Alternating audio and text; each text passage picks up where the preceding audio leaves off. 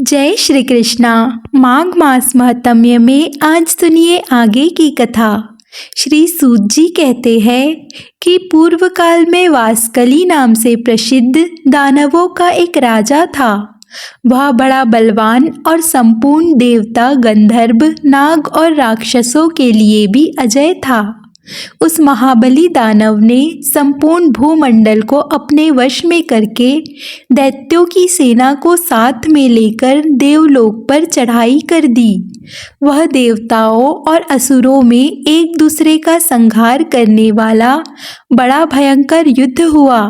अंत में दानव राज वास्कली ने सेना तथा सामग्री सहित देवराज इंद्र पर विजय प्राप्त कर ली। तब देवराज इंद्र ने देवताओं के साथ स्वर्ग का सिंहासन छोड़कर श्वेत द्वीप निवासी भगवान विष्णु की शरण ले ली, जहाँ शेषनाग की सैया पर श्री हरि योग निद्रा को स्वीकार करके शयन करते हैं और देवी लक्ष्मी उनके युगल चरणाविंद की सेवा में लीन रहती है। वहीं पहुंचकर देवताओं ने सब ओर से वैदिक सूक्तों द्वारा भगवान विष्णु का भक्ति पूर्वक स्तवन किया। फिर जगदीश्वर भगवान श्रीहरि शैया से उठकर देवराज इंद्र से बोले, सहस्त्र इस समय तीनों लोकों में कुशल तो है। तुम संपूर्ण देवताओं को साथ लेकर यहाँ कैसे आए हो? तब देवराज ने कहा, हे भगवन, दैत्यराज वास्कली भगवान शंकर से वरदान पाकर बड़ा बलवान हो गया है। वह तो देवताओं द्वारा युद्ध में अजय है और उसने युद्ध भूमि में मुझे भी परास्त कर दिया है। हे मधुसूदन, इस समय वह स्वर्ग लोक में निवास करता है और इसी कष्ट से मैं संपूर्ण देवताओं के साथ आपकी शरण में आया हूँ। प्रभु, पूर्व काल में हिरण्याक्ष और हिरण्यकश्यप के भय से तथा अनन्य दुरात्मा दैत्यों के आतंक से भी आपने ही हम सब देवताओं की रक्षा की है। अतः इस महाबली दानव वास्कली से भी आज हमारी रक्षा कीजिए। देवाधि आपको छोड़कर हम देवताओं के लिए दूसरा कोई उत्तम आश्रय नहीं है। तब श्री भगवान कहने लगे, हे इंद्र, समय आने पर मैं स्वयं उस दानव को दंड दूंगा। इसीलिए जब तक वह समय नहीं आता तब तक तुम कहीं तीर्थ भूमि में रहकर बड़ी भारी तपस्या करो। तब देवराज इंद्र ने कहा, हे जगदीश्वर, मैं उस दैत्य का नाश करने के लिए किस क्षेत्र में तपस्या करूं? यह आप ही बताइए। भगवान विष्णु कहने लगे, हे इंद्र, चमत्कारपुर का क्षेत्र सिद्धिदायक है, इसीलिए तुम वहीं जाकर उसके वध के लिए तपस्या करो। फिर देवराज इंद्र ने कहा, हे केशव, हम नवराज वास्कली से डरे हुए हैं, इसीलिए आपके बिना वहां नहीं जाएंगे। इसीलिए आप भी हमारे साथ स्वयं वहां चलिए। आपसे सुरक्षित होकर ही मैं वहां भारी तपस्या कर सकूंगा। फिर भगवान विष्णु ने तथास्तु कहकर देवताओं और लक्ष्मी जी के साथ चमत्कारपुर के क्षेत्र में पदार्पण किया। उस समय देवताओं ने अपने लिए पृथक पृथक आश्रम बनाया। भगवान विष्णु ने वहाँ के प्राचीन और सुविस्तृत कुंड में क्षीर सागर का आह्वान किया और श्वेत द्वीप की तरह वहाँ भी वे शयन करने लगे। उस समय सब देवता उनके चारों ओर विनीत भाव से खड़े होकर उनकी स्तुति करते थे। फिर आषाढ़ कृष्ण द्वितीया पूर्णिमा मास की गणना के अनुसार श्रावण कृष्ण द्वितीया का शुभ अवसर आने पर बृहस्पति जी ने देवराज इंद्र से कहा, हे पुरंदर, आज अश्विना नाम वाली द्वितीया है। यह भगवान विष्णु को अत्यंत प्रिय तिथि है। यह सुनकर देवराज ने शास्त्रोक्त विधि से व्रत करके उस दिन जलाशयी विष्णु जी का पूजन किया और इसी प्रकार 4 महीनों तक प्रत्येक द्वितीया के दिन वे श्रीहरि का पूजन करते रहे। इससे वे दिव्य तेज से संपन्न हो गए। उन्हें तेज के रूप में देखकर भगवान विष्णु बड़े प्रसन्न हुए और कहने लगे, हे इंद्र, तुम संपूर्ण देवताओं के साथ वास्कली का वध करने के लिए जाओ, तुम्हारी विजय अवश्य होगी। देव शत्रु को मारने के लिए मेरा यह सुदर्शन चक्र भी तुम्हारे साथ जाएगा। ऐसा कहकर श्री हरि ने दानवेंद्र का वध करने के लिए इंद्र के साथ अपने सुदर्शन चक्र को भी भेज दिया। देवराज ने फिर उस चक्र के साथ जाकर संपूर्ण दानवों का संहार कर डाला। राजा वास्कली भी चक्र से मस्तक कट जाने के कारण वज्र के मारे हुए पर्वत की तरह पृथ्वी पर गिर पड़ा और भी बहुत से शूरवीर दानव युद्ध में मारे गए। इस प्रकार दैत्य सेना का संहार करके सुदर्शन चक्र पुनः भगवान विष्णु के हाथ में आ गया। वे इंद्र आदि देवता भी निर्भय होकर पुनः भगवान विष्णु के समीप आए और उन्हें प्रणाम करके बोले, देवेश, आपके प्रभाव से हमारे सब शत्रु मारे गए और त्रिलोकी का अंक राज्य फिर हमें प्राप्त हो गया। अब हमारे लिए सदैव कल्याण करने वाला तथा हमारे शत्रुओं को भय पहुंचाने वाला जो भी कर्तव्य हो उसका उपदेश कीजिए। तब श्री भगवान कहने लगे, देवता गणों, मुझे तो संपूर्ण लोगों का हित करने के लिए पवित्र जल से भरे हुए इस कुंड में अब सदैव निवास करना है।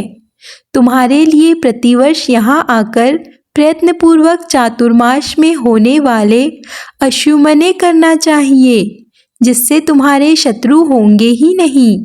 दूसरा, जो भी मनुष्य भक्ति पूर्वक यहाँ आकर मेरी पूजा करेगा वह साधु पुरुषों के लोक को प्राप्त होगा। इंद्र, अब तुम स्वर्ग में जाकर राज्य करो। जब फिर आवश्यक हो तब यही आकर मुझसे मिलना।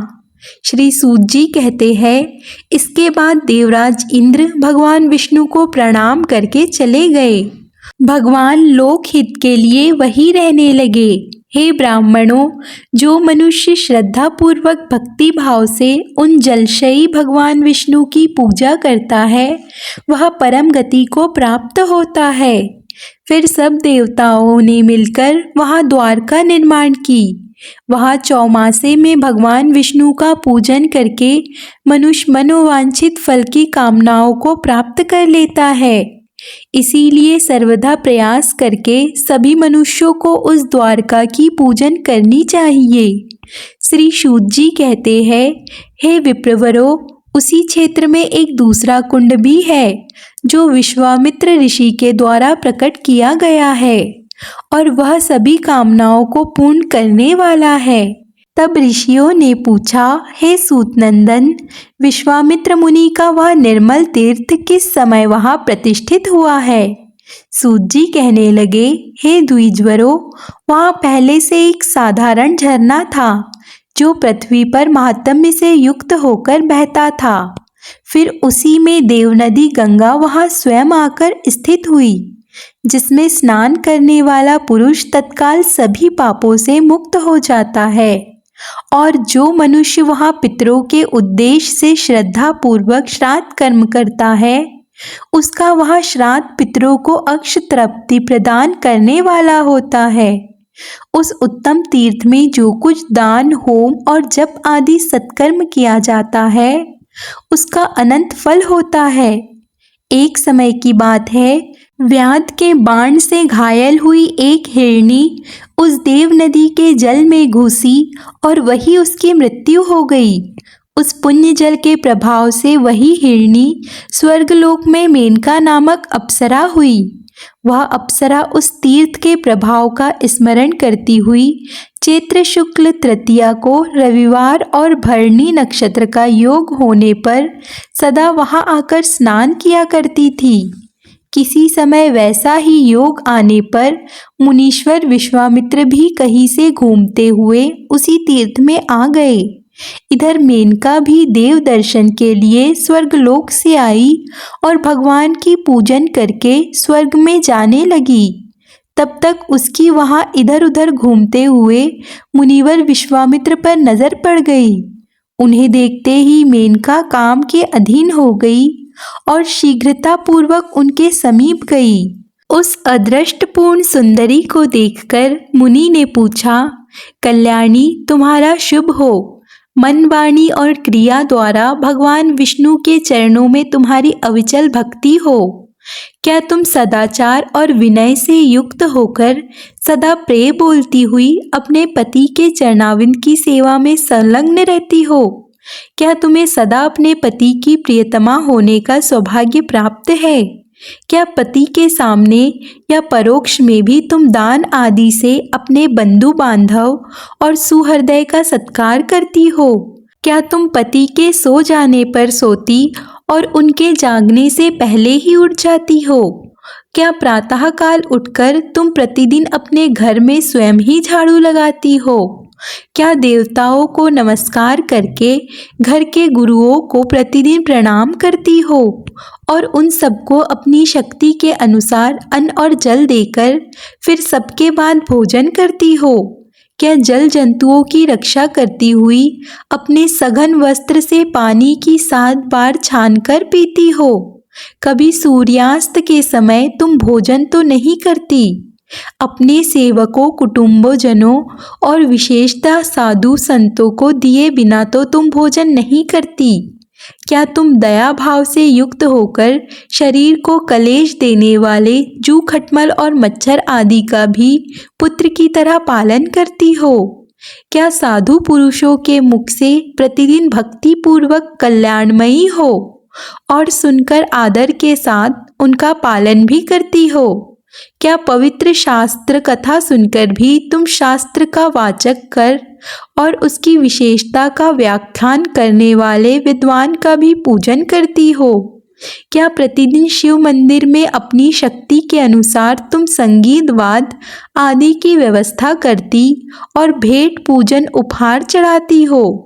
क्या तुम साधु पुरुषों को उनका पूरा शरीर ढकने के लिए उपयुक्त वस्त्र अर्पित करती हो? क्या तुम दूसरों के घर में विशेषतः रात के समय व्यर्थ घूमने के लिए तो नहीं जाती? कहीं पति के भूखे होते हुए भी तुम स्वयं तो भोजन नहीं कर लेती? क्या तुम प्रयत्नपूर्वक पति की आज्ञा का उल्लंघन करने के दोष से अपने आप को बचाती हो? कभी पति के क्रोध होने पर तुम उनकी बातों का उत्तर तो नहीं देती? उनके क्रोध रूपी पाप का निवारण करने के लिए उनसे मीठे और प्रवचन तो बोलती हो ना? तुम पति के परदेश जाने पर मैले वस्त्र धारण करती और दीन दुर्लभ तथा मलान वदन रहती हो। कभी मंदिर के पृष्ठभाग में तुम झूठन और टूटा हुआ बर्तन तो नहीं रखती? रात्रि में जागरण काल में तुम कथा के स्थान, झरना, एकांत प्रदेश, नदी तट और वन में कभी अकेले तो नहीं जाती? और अपने मुखमंडल में तुम कुमकुम की बेंदी तो लगाती हो ना? तब मेनका बोली, मुने, आपने जिनके धर्मों का वर्णन किया है वह दूसरी स्त्रियां हैं। हम तो स्वेच्छा विहार करने वाली देवलोक की अप्सराएं हैं। महाभाग, आपसे तो मेरा मन विचलित हो रहा है। मुझ अनुरागी को आप स्वीकार करें, नहीं तो मेरे प्राण नहीं रहेंगे। यदि ऐसा हुआ तो आपको स्त्री वध का पाप लगेगा। विश्वामित्र जी कहने लगे, भद्रे, हम तो शिव शास्त्रों की आज्ञा के अनुसार चलने वाले ब्रह्मचारी हैं। समस्त व्रतधारियों और विशेषतः शिव भक्तों का मूल धर्म है ब्रह्मचार्य व्रत का पालन। इसीलिए हम जैसे लोगों से तुम फिर कभी ऐसी बात मत करना। व्रतधारी और शिव भक्त पुरुष 100 वर्षों से अधिक समय तक जो तपस्या करता है वह एक बार के स्त्री प्रसंग से नष्ट हो जाती है। जो पापा आत्मा स्त्री को स्वीकार करता है उसका शिवो उपासना संबंधी व्रत व्यर्थ हो जाता है। भगवान शिव के भक्तों को स्त्रियों के साथ बातचीत करने से भी पाप लगता है। इसीलिए तुम शीघ्र इस स्थान से चली जाओ। तुम जीवित रहो या मर जाओ, परंतु मैं तुम्हारी इस बात को नहीं मानूंगा। व्रती पुरुषों को स्त्री वध की अपेक्षा स्त्री संगम से ही अधिक पाप लगता है। स्त्री वध करने पर तो व्रती पुरुषों के लिए विद्वानों ने प्रायश्चित बतलाया है, परंतु उनके संगम से जो दोष लगता है उसका कोई प्रायश्चित नहीं कहा। इसीलिए तुमको यहाँ से चले जाना चाहिए। केवल व्रती पुरुषों को ही स्त्री संगम से पाप लगता है, ऐसी बात नहीं है। जो व्रत से बाध्य है, ऐसे मनुष्य भी स्त्रियों में आसक्त होने पर नीचे गिर जाते हैं। इसीलिए समागम की बात तो दूर रहे। जो बुद्धिमान अथवा कल्याण चाहते हो, वह स्त्रियों के साथ वार्तालाप भी ना करे। श्री सूत जी कहते हैं, विश्वामित्र जी की यह बात सुनकर क्रोध से भरी हुई मेनका ने उन्हें श्राप दे दिया। ओ दुर्मति, मैं तो तुम्हारे प्रति अनुरक्त थी, फिर भी तुमने मेरा त्याग किया है। इसीलिए आज ही तुम वृद्धावस्था से जर्जर शरीर वाले हो जाओ, तुम्हारे बाल सफ़ेद हो जाए और शरीर में झुर्रियाँ पड़ जाए। उसके ऐसा कहने पर मुनि श्रेष्ठ विश्वामित्र उसी क्षण वैसे ही हो गए। तब वे भी कमंडल से जल लेकर उसे श्राप देने पर तत्पर हुए और इस प्रकार कहने लगे, ओ नीच, तुमने निर्दोष होने पर भी मुझे श्राप दिया है, इसीलिए तुम भी शीघ्र जरावस्था से जर्जर अंग वाली हो जाओ। ऋषि के वचनों से वह भी तुरंत वैसी ही हो गई। उस वृद्ध शरीर से मेनका ने पुनः वहां से जलाशय में स्नान किया। स्नान करते ही वह पहले की तरह रूप लावण्य से संपन्न हो गई। यह महान आश्चर्य की बात देखकर ऋषि विश्वामित्र ने भी तुरंत जाकर वही स्नान किया और वे भी पहले की तरह ही हो गए। उस तीर्थ के महात्म्य से मेनका और विश्वामित्र दोनों का रूप तथा उदारता आदि गुणों में संपन्न हो गए और प्रसन्नता पूर्वक एक दूसरे से विदा लेकर अपने अभिष्ट स्थान को चले गए। उस तीर्थ का ऐसा महात्म्य जानकर महर्षि विश्वामित्र ने वहां देवादिदेव महादेव जी का लिंग स्थापित किया और उस उत्तम तीर्थ में बड़ी भारी तपस्या की। उन्होंने उस सरोवर को और भी विस्तृत कर दिया। वहां स्नान करके जो पुरुष उत्तम विश्वामित्र देवेश्वर लिंग का पूजन करता है, वह भगवान शिव के लोक में जाता है। आज भी उस तीर्थ में गंगा जल के समान पवित्र जल दिखाई देता है, जो सब पापों को हर लेने वाला है। जो श्रद्धा युक्त पवित्र हृदय से वह स्नान करता है, वह सर्वदेव पूजित विष्णु लोक को जाता है। श्री सूत जी कहते हैं, हे महर्षि, हाटकेश्वर क्षेत्र में एक ऐसा दूसरा परम सुंदर सारस्वत तीर्थ है। वहाँ स्नान करने वाला गूंगा मनुष्य भी बोलने में पटु हो जाता है और वह ब्रह्मलोक तक के सभी लोकों में अपनी रुचि के अनुसार जाना जाता है। प्राचीन काल में बलवर्धक एक राजा थे, जो समुद्र पर्यट संपूर्ण पृथ्वी को अपनी भुजाओं के बल से जीतकर उसका उपभोग करते थे। उनका एक सर्वलक्षण संपन्न पुत्र हुआ। पिता ने 12वें दिन श्रेष्ठ ब्राह्मणों को बुलाकर उसका नाम अम्बुवाची रखा। तदंतर राजा का लाड़ प्यार पाकर वह बालक प्रतिदिन बढ़ने लगा, परंतु जन्म से ही मूक होने के कारण वह कुछ बोल नहीं सकता था। फिर उस बालक का 7वां वर्ष आने पर राजा बलवर्धक मृत्यु को प्राप्त हो गए। तब मंत्रियों ने राजा के उसी पुत्र को राज सिंहासन पर बिठा दिया, क्योंकि उनका दूसरा कोई पुत्र नहीं था। इस प्रकार राज सिंहासन पर बैठे हुए बाल अवस्था से युक्त उस गूंगे राजा के राज्य में सभी और उन्माद होने लगे। जल जंतुओं की तरह बलवान लोग सभी और दुर्बल को सताने लगे। तब मंत्रियों ने अपने पुरोहित वशिष्ठ जी से कहा, महामुने, इस राजा के बोलने के लिए कोई उपाय कीजिए। इसकी जड़ता से ही सारी पृथ्वी उजड़ती जा रही है, इसीलिए कोई उपाय अवश्य ही करना चाहिए।